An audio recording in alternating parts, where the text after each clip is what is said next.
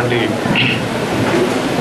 మన రెస్పెక్టెడ్ తహసీల్దార్ గారు, తర్వాత ఏసీపీ గారు, శ్రీమతి లీలా లక్ష్మారెడ్డి గారు, మన మండల్ ఎడ్యుకేషన్ ఆఫీసర్ గారు, distinguished principals of different schools and colleges, distinguished faculty and dear students.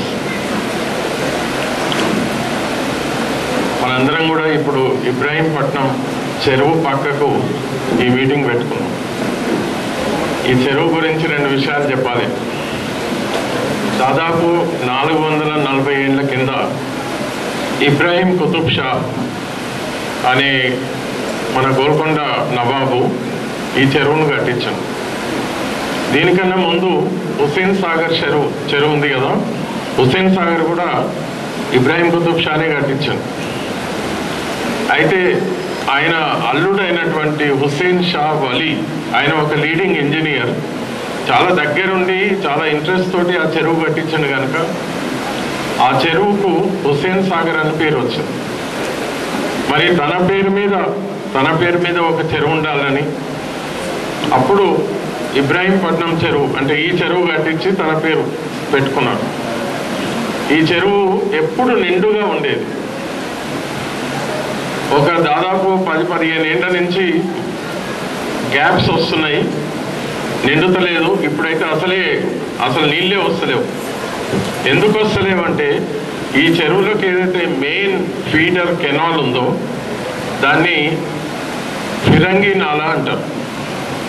అది యాక్చువల్లీ ఒక బ్రిటిష్ సోల్జర్ అంటే బ్రిటిష్ సైనికుడు.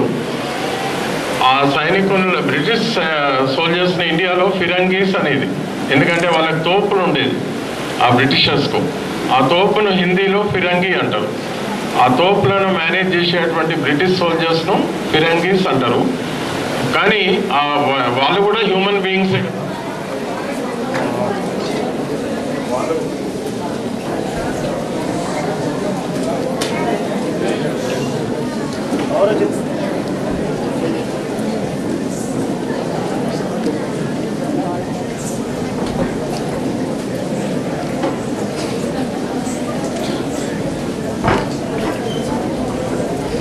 మన మైక్ లేదా?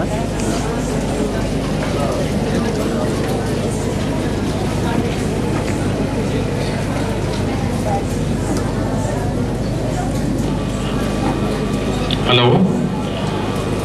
అయితే ఈ బ్రిటిష్ సోల్జర్ ఏం చేసిండంటే కాంటూర్